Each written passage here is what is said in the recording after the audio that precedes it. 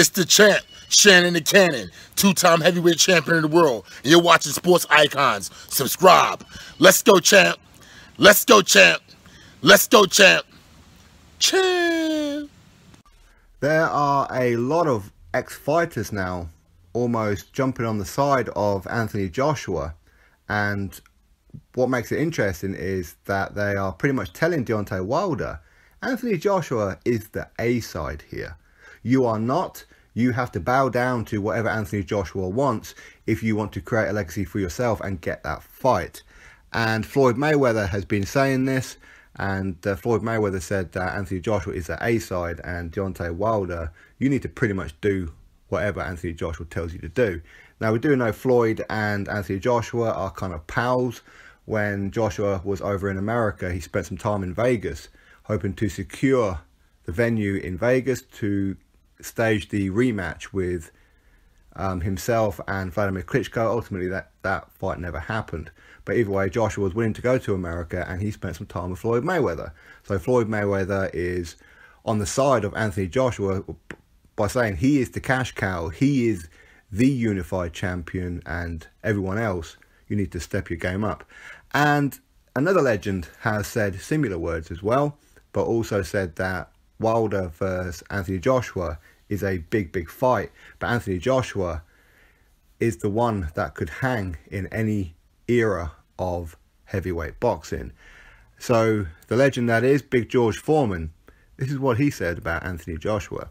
I think Anthony Joshua is a legitimate heavyweight champion. He's on top of the list as far as the one to beat. One day when they put together Anthony Joshua versus Deontay Wilder, it will probably be one of the biggest heavyweight fights in boxing in the modern day. And what Anthony Joshua has is what every group of fighters should. He is conditioned. This guy works out, gets in the ring, he gets knocked down, but he's got the legs to get back up and even go on and earn a knockout win against somebody like Vladimir Klitschko. He has a condition and the will to win. He could have existed in any era. Now, there was a lot more things that George Foreman said, and a lot of this came when he was doing a live chat. I forget who it was, but for a while, George Foreman couldn't even remember Deontay Wilder's name, which is a bit worrying, as he's the American champion. George Foreman is obviously American, and of course he follows heavyweight boxing in particular. And if he couldn't really, or if he struggled to remember Deontay Wilder's name, but didn't forget who Anthony Joshua was, that pretty much says its own story right there. Now, he's absolutely right. I think George Foreman is correct where Anthony Joshua could mix it in any era. But of course, nowadays, Joshua is in an era where it seems that a lot of the heavyweights are a bit cowardly. So there's very few and far between those who are willing to fight anybody. There's only a very small handful of those who are willing to get in the ring without money being the main motivation. And of course, I'm talking about the likes of Dillian White and Dave Allen and a few others like that. But of course, there are other ones like Deontay Wilder who are not willing to do that unless it's for the right price. Pricing themselves out, all that kind of thing. Now, could Anthony Joshua hang with the likes of George Foreman back in his heyday? Could he hang with Fraser? Could he hang with Muhammad Ali? Could he hang with Lennox Lewis, Mike Tyson, all these kind of guys? For me, I think that Joshua could definitely hang with the old guard. Of course, as generations go on, the conditioning improves, the training methods improve, all this kind of thing. So nowadays, fighters should be more conditioned athletes than what they were back in the day. So yeah, I think the conditioning and how Joshua is now, he would have no problem going back into that time machine and mixing it with George Foreman, Muhammad Ali, Joe Fraser, Lewis, all these kind of people. He would have no problem with that, purely based on the conditioning, which is pretty much what George Foreman is saying. But of course, if he was to go back to the likes of Mike Tyson, Lennox Lewis, and all these kind of guys, how would Anthony Joshua get on?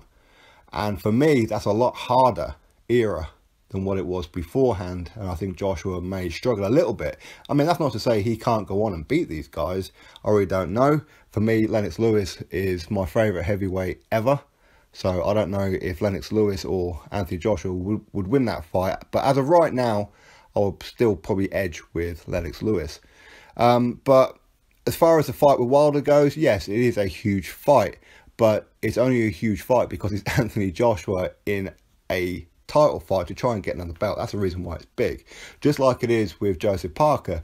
Difference is Joseph Parker has actually fought some legitimate people. People know who Joseph Parker is. He's pay-per-view in his own country. He's that popular. Whereas in America, Deontay Wilder can't even fill out a small arena. So that kind of tells you the whole story. Whereas back in the day, the world knew of Muhammad Ali, George Foreman, Mike Tyson, Evander Holyfield. And this was an era before internet. So there was no social media. There was no web news and all this kind of thing.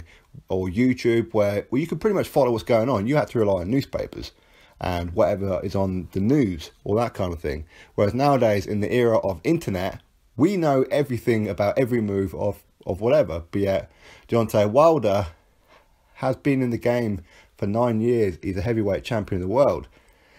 And unless you really follow boxing, you don't really know who this guy is. And that's the unfortunate truth of it. Now, this fight would be a big fight, regardless of when it happens, purely for the fact that Deontay Wilder holds that WBC belt. And yes, he does hold it hostage. But of course, he is looking to step up and actually prove that he's a champion by taking on a legitimate contender in Luis Ortiz. Now, I know a lot of Wilder fans are criticising Anthony Joshua just because they don't like him, based on the fact that he beat a 41-year-old Vladimir Klitschko, who in turn was a decade reigning heavyweight champion. Beat everybody.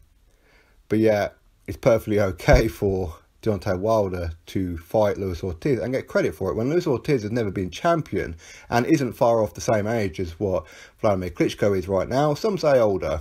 Personally, I don't know, but I like Luis Ortiz and I really rate him, and the winner of that fight gets full props for me. But the fight between Wilder and AJ, like I said, is only big because of the fact that it's Anthony Joshua in that ring. If it was Deontay Wilder versus Joseph Parker, how big would that fight be really?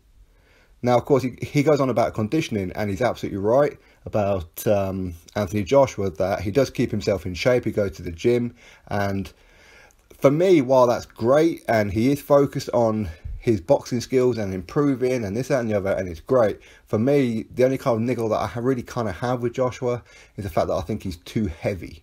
That's my only thing. I think if he was to lose a few pounds, a couple of kilos, he'd be absolutely fine. I think, he'd be flying around. And looking at his training recently, it looks like he has trimmed down a bit. So hopefully that's good news going forward, because I don't want him adding to the weight that he was against Carlos Takam. Now, I can kind of say, yeah, okay, so Joshua didn't need to be too light because he thought he was going to be fighting Pulev. Pulev, not exactly the most skilled or endured kind of fighter, or a fighter that would make you run around the ring and has good endurance, a good tank in himself. He's very straightforward, one-dimensional. He has a great jab on him and nicks rounds. But of course, had he had known for sure that he was fighting Carlos Takam before, I'm sure he probably would have trimmed down. And against Joseph Parker, I would fully expect that. So all this conditioning, I'm hoping, is that he's going to be losing some weight. And if he was to keep on going to the gym, maybe he's addicted to the weights. I know a lot of people are.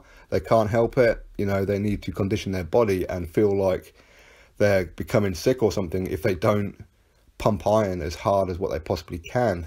And maybe this is what Anthony Joshua has right now. I don't know. I could be totally wrong. But yeah, I think that Anthony Joshua is a machine.